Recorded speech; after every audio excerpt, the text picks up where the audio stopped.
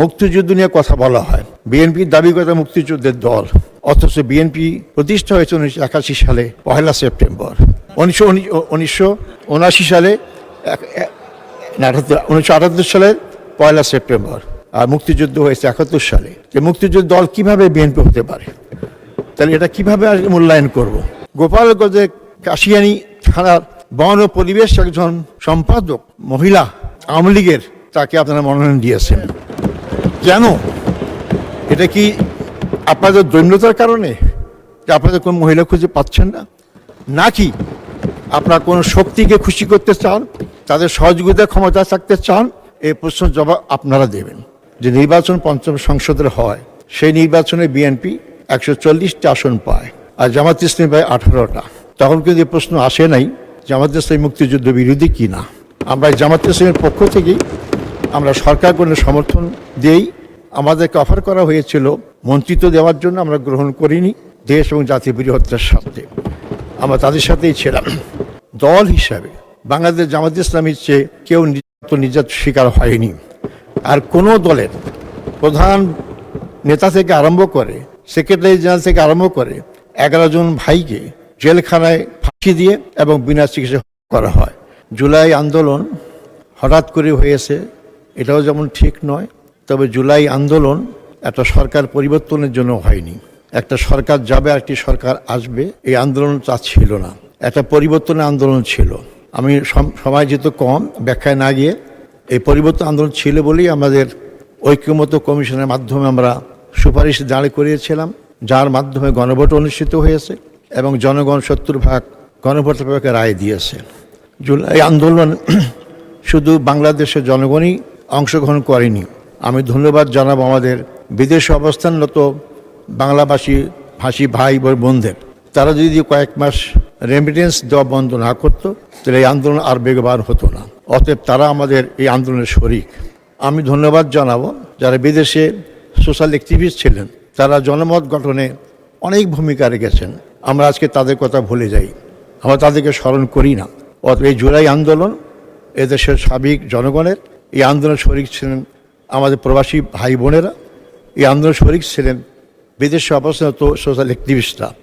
তাদেরকে আমাদের পক্ষ থেকে জানাই সংগ্রামী সালাম। মাননীয় স্পিকার, আজকে অনেক সংবিধানের কথা বলা হচ্ছে, এখানে অনেক কথা শুনতে পাচ্ছি। আমার এই কথাগুলো শোনার মাধ্যমে একে ফজলুল হক সাহেবের একটা ঘটনার কথা মনে পড়ে যায়। তিনি তখন কৃষক শ্রমিক প্রজা পার্টির সভাপতি ছিলেন, রাজনৈতিক কারণে ব্যস্ত থাকতেন। তিনি একজন ভালো আইনজীবী ছিলেন। তিনি তার মামলা পরিচালনার জন্য কোর্টে আসলেন এবং তার সহকারী বললেন যে মামলা। তিনি অনেক বক্তব্য রাখলেন, যে কোর্টে বক্তব্য রাখলেন। তার সহকারী স্যার বললেন কি, আপনি সব তো আমাদের বিরোধী পক্ষের কথাই বললেন। তিনি তখন বললেন চুপ করো। তিনি সব কথা বলার পরে বললেন যে এতক্ষণ যা বললাম সেটা আমার বিরোধী পক্ষের বক্তব্য, এবং আমার বক্তব্য শোনেন। আজকে এই সংসদে এই কয়েকদিন ধরে আলোচনা শোনার মাধ্যমে আমার সেই কথাটাই স্মরণ হলো। সম্মানিত মাননীয় স্পিকার, আজকে আমাদের বিরুদ্ধে অনেক অসত্য কথা বলা হয়েছে। এই অসত্য কথা আমরা যারা প্রবীণ, আমাদের বেগম খালেদার সাথে সাক্ষাৎ হয়েছে, যোগাযোগ ছিল, আন্দোলনের শরিক ছিলাম।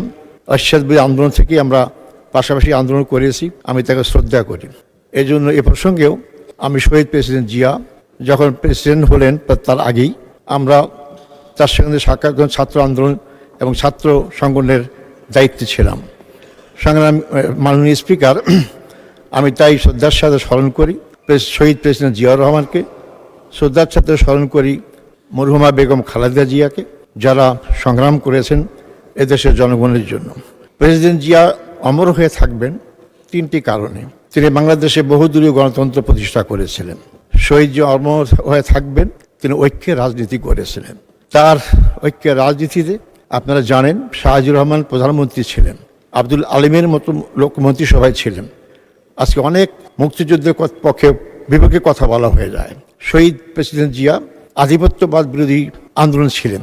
তার 7ই নভেম্বর বিপ্লবের মাধ্যমে বাংলাদেশ আধিপত্যবাদ মুক্ত হয়। এই 3টি কারণে তিনি আজকে স্মরণীয় হয়ে থাকবেন। মরহুমা বেগম জিয়া খালেদা জিয়া, তিনিও অমর হয়ে থাকবেন। তিনি বাংলাদেশে সংসদীয় গণতন্ত্র প্রতিষ্ঠা করেছিলেন। তিনি জনগণের কাছে খেতাব পেয়েছিলেন আপসীর নেত্রী। তিনি এটা আমরা সবাই জানি। এবং তিনিও ঐক্যের রাজনীতি করেছেন, যে ঐক্যের মধ্যে তার কাছে কোনো ডান বাম কোনোটাই ভাগ ছিল না, যেটা ছিল না প্রেসিডেন্ট জিয়াউর রহমানের সময়। তিনি দেশকে গঠন করতে চেয়েছিলেন এবং করতে পেরেছিলেন। 1991 সালে আপনারা জানেন যে নির্বাচন পঞ্চম সংসদের হয়, সেই নির্বাচনে বিএনপি 140টা আসন পায় আর জামাত ইসলামী পায় 18টা। তখন কিন্তু এই প্রশ্ন আসে নাই জামাত ইসলামী মুক্তিযুদ্ধ বিরোধী কি না। আমরা জামাত ইসলামের পক্ষ থেকেই আমরা সরকার গঠনের সমর্থন দিই। আমাদেরকে অফার করা হয়েছিল মন্ত্রিত্ব দেওয়ার জন্য, আমরা গ্রহণ করিনি। দেশ এবং জাতীয় বৃহত্তর স্বার্থে আমরা তাদের সাথেই ছিলাম। আমরা এরশাদ বিরুদ্ধে আন্দোলন করেছি, আওয়ামী লীগ বিরুদ্ধে আন্দোলন করেছি, আমরা সবাই একসাথে কাঁধে কাঁধ মিলে করেছি। 2001 সালে 4 দলীয় জোটের মাধ্যমে আমাদের সরকার গঠন করলাম। সেখানে আমাদের 2 জন মন্ত্রী ছিলেন। তৎকালীন বাংলাদেশ জামাত ইসলামের আমির সফল মন্ত্রী মাওলানা মতিউর রহমান নিজামী প্রথমে কৃষি মন্ত্রণালয় এবং পরবর্তী সময় শিল্প মন্ত্রীর দায়িত্ব পালন করেন এবং মুজাহিদ সাহেবও ছিলেন। এই প্রসঙ্গে আমি তাদেরকে স্মরণ করি। আপনারা জানেন যে আপনারা তাদেরকে মিথ্যা মামলায় সাজিয়ে তাদেরকে ফাঁসি দেওয়া হয়েছে। বাংলাদেশের রাজনৈতিক ইতিহাসে বিশেষ করে 16 বছরে দল হিসাবে বাংলাদেশ জামাত ইসলামীর চেয়ে কেউ নির্যাতন শিকার হয়নি। আর কোনো দলের প্রধান নেতা থেকে আরম্ভ করে সেক্রেটারি জেনারেল থেকে আরম্ভ করে 11 জন ভাইকে জেলখানায় ফাঁসি দিয়ে এবং বিনা চিকিৎসায় হত্যা করা হয়। এটা আর কোনো দলে ছিল না। বাংলাদেশ জামাত ইসলামী প্রমাণ করেছে তারা বাংলাদেশের জনগণকে ভালোবাসে। তারা জীবনকে ভয় করে জীবন রক্ষা করার জন্য, সুন্দর জীবনযাপন করার জন্য কোনো সময় দেশ থেকে পালিয়ে যায়নি। তারা মনে করে যে আওয়ামী লীগ ক্ষমতা আসার পরে তাদের অনেক বিপদ নেমে আসবে, কিন্তু দেশ থেকে পালানোর নেই। এমনকি শহীদ মীর কাসেম আলী সাহেব তখন আমেরিকা অবস্থান করতেন। তাকে অনেকে বলেছে আপনি দেশে আসবেন না, গ্রেপ্তার করা হবে, মামলা দেওয়া হবে। উনি বলেছেন বাংলাদেশ। আপনার সময় 6 মিনিট বৃদ্ধি করা হলো। ধন্যবাদ। তিনি দেশে এসেছেন, গ্রেপ্তার করা হয়েছে, মঞ্চে গিয়েছেন, শহীদ হয়েছেন, কিন্তু দেশ তো ছাড়েন নাই। আমরা আজকে অনেকেই অনেক কথাই বলছি, আমি এই করেছি সেই করেছি। এদেশের জনগণ জানে কারা ত্যাগ বেশি স্বীকার করেছে। আমি কারো ত্যাগকে অস্বীকার করি না, ছোট করে দেখতে চাই না, কিন্তু এমন কথা বলবেন না যেটা জনগণ বিশ্বাস করে না এবং আমাদের মনে আঘাত সৃষ্টি করে। মাননীয় স্পিকার, মুক্তিযুদ্ধ নিয়ে কথা বলা হয়, বিএনপির দাবি করে মুক্তিযুদ্ধের দল, অথচ বিএনপি প্রতিষ্ঠা হয়েছে 1981 সালে 1 সেপ্টেম্বর। 1979 সালে 1978 সালের 1 সেপ্টেম্বর, আর মুক্তিযুদ্ধ হয়েছে 71 সালে। যে মুক্তিযুদ্ধ দল কিভাবে বিএনপি হতে পারে? তাহলে এটা কিভাবে মূল্যায়ন করব? অতএব আমি বলি, শোনেন আগে, বিএনপিতে মুক্তিযোদ্ধা লোকরা আছে, মুক্তিযোদ্ধার বিএনপিতে আছে এটা বলতে পারেন, তদ্রুপ জামাত ইসলামী তো মুক্তিযোদ্ধা আছে। মাননীয় স্পিকার, এই জন্য আমাদেরকে সবাইকে মূল্যায়ন করতে হবে। আপনি একদিকে বলবেন ঐক্যের কথা বলবেন, আবার ঐক্য বিনিষ্ঠ হতে হবে জাতীয় কথা সংসদে বলবেন, আবার পরবর্তী সময় আমাদেরকে নসিহত করবেন যে আপনি এমন কথা বলেন কি ঐক্য নষ্ট হবে। আমরা তো শহীদ জিয়া বেগম জিয়ার মুখে এই কথা শুনিনি, আপনাদেরকে অস্বীকার করবেন? নিজামী সাহেবরা আমরা যখন গ্রেপ্তার ছিলাম আমাদের মুক্তির দাবি বেগম খালেদা জিয়া করেছিলেন। তাহলে কি আপনি বলবেন যে উনি মুক্তিযুদ্ধ বিরোধী শক্তিকে বা দলগুলো লোকগুলাকে মুক্তির আন্দোলন করেছিলেন? কারণ উনি ঐক্যের রাজনীতি চেয়েছেন। দেশকে গঠন করতে হলে বিভক্ত রাজনীতির মাধ্যমে কোনো দেশ কোনোভাবেই এগিয়ে যেতে পারে না, কিন্তু আপনাদের সুর সেটাই দেখতে পাচ্ছি। মাননীয় স্পিকার, প্রেসিডেন্ট ভাষণের পর ধন্যবাদ জানানোর জন্য আমাকে এই সুযোগ দেওয়া হয়েছে। আমি প্রেসিডেন্টকে ধন্যবাদ দেবো কিভাবে? এই প্রেসিডেন্টকে, তিনি আওয়ামী লীগের দোসর, 16 আওয়ামী লীগে যা করেছে সবটা তিনি নীরব সাক্ষী। আওয়ামী লীগকে আমরা ফ্যাসিস্ট বলছি, আওয়ামী লীগ ফ্যাসিস্ট হওয়ার সুযোগ কীভাবে পেল? আমাদের দেশের আইন আর ভারতের সরাসরি সহযোগিতায়। আজকে সে আওয়ামী লীগ ভারতীয় পালিয়ে গিয়েছে, কিন্তু সেই আওয়ামী লীগের তৈরি করা ফ্যাসিস্টের প্রেসিডেন্ট এবং সেই আওয়ামী লীগ যে ভারতীয় আধিপত্যের দোসর ছিল, সেই প্রেসিডেন্টকে আমি কিভাবে সমর্থন করতে পারি? বরং আমি উল্টা বলবো, আজকে নির্বাচনের মাধ্যমে যে গণতান্ত্রিক সরকার হয়েছে, যারা ফ্যাসিস্টের বিরুদ্ধে আন্দোলন করেছেন, জেল খেটেছেন, অনেকে গুম হয়েছে, ইলিয়াসের মতো লোক, তারা কিভাবে ভারতীয় আধিপত্যবাদের দোসর আওয়ামী লীগের শিকন্ডি প্রেসিডেন্টকে ধন্যবাদ জানাইতে পারে? তাহলে কি আমরা ধরে নেব যে আপনারা কোনো ব্যক্তি, কোনো দল অথবা কোনো শক্তিকে খুশি করতে চান?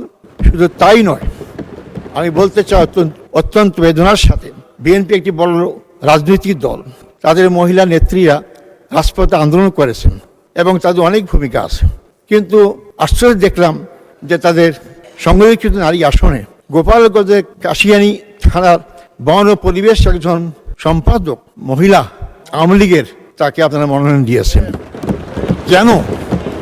এটা কি আপনাদের দৈন্যতার কারণে যে আপনাদের কোনো মহিলা খুঁজে পাচ্ছেন না, নাকি আপনারা কোনো শক্তিকে খুশি করতে চান, তাদের সহযোগিতা ক্ষমতা থাকতে চান? এই প্রশ্নের জবাব আপনারা দেবেন। এই প্রশ্নগুলো জনগণের সামনে আসে, আপনারা খেয়াল রাখবেন। একটু আগে বললেন আমরা জান্নাতের টিকিট বিক্রি করি। অবশ্যই জান্নাত যেতে চাই, আমাদের আন্দোলন জান্নাত। আপনারা কি জান্নাত যেতে চান না? যদি জান্নাত যেতে চান তার টিকিট বিক্রি করে বলেন কেন? আর যদি টিকিট কেউ বিক্রি করে তাহলে কি অন্যরা কেউ জাহান্নামের টিকিট বিক্রি করে? অতএব আপনারা এ সমস্ত কথা বলে বিভ্রান্ত করার চেষ্টা করেছেন। 2008 সালে 2টা আসন থেকে বাংলাদেশ জামাত ইসলামী 11 দল 77টা আসন পেয়েছে। এই সমস্ত বস্তা বস্তা কথা লোকেরা বিশ্বাস করে না।